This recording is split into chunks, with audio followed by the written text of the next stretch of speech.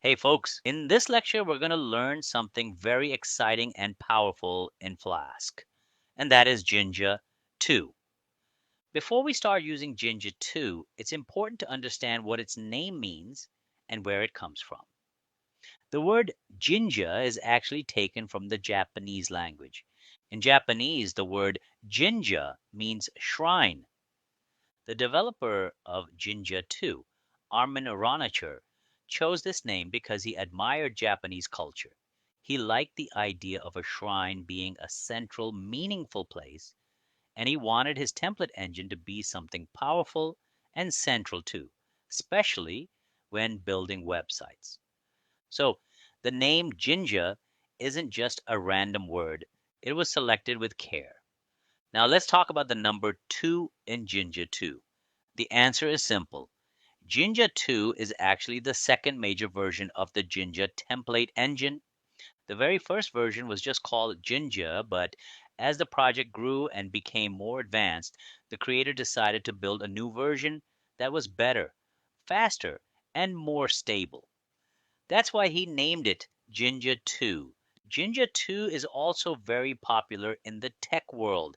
It's not just used by students or small developers. In fact, some very big and famous companies trust Jinja 2 in their work. A great example of this is Pinterest, one of the largest visual discovery platforms on the internet. Pinterest is an American company where people find and save images and ideas for things like cooking, decorating, or fashion. Pinterest uses Flask for some parts of its system. And because Flask uses Jinja 2 as its default template engine, that means Pinterest is also using Jinja 2 to help show content on their pages. Jinja 2 helps them build flexible templates, insert dynamic content like usernames, and create pages quickly that adjust based on the data. And Pinterest is not the only one. Other companies like LinkedIn and even parts of Netflix have used Flask and Jinja too for specific services. That shows how reliable and trusted Jinja 2 is, not only for beginners and learners, but also in professional environments where millions of users visit daily. Jinja 2 is a special template engine that comes built into Flask. The word template engine means it helps us to write HTML pages that are not plain and boring. Now, how does Jinja 2 work? Jinja 2 mix Python code directly inside our HTML files. But don't worry, it's not complex Python code. It's just a small pieces like printing a value, checking conditions, or repeating a block. All of this is done using special symbols. For example, to print something, we use double curly braces. To write logic like if statements or loops, we use curly braces with percentage signs. These are called Jinja 2 syntax. Let's take an example. Imagine you want to show a welcome message that includes the user's name. In your HTML, instead of writing the name directly, you write the variable name inside double curly braces. After that, when Flash sends this HTML to the browser, it fills in the real name in that spot.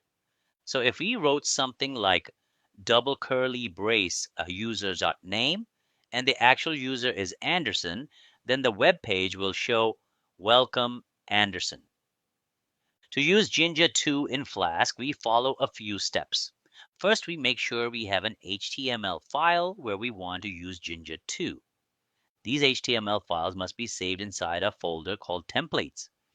Inside this folder, you can create any HTML file you want. For example, home.html, about.html, or contact.html. Next, we go to our main Python file, usually app.py, and inside one of our view functions, we use a special Flask function called render template. This function helps us to open and display the HTML file in the browser. We give the name of the HTML file as the first input. If we also want to send data into the HTML, we write it using variable names and values. For example, inside our function, we use render template with the name home.html.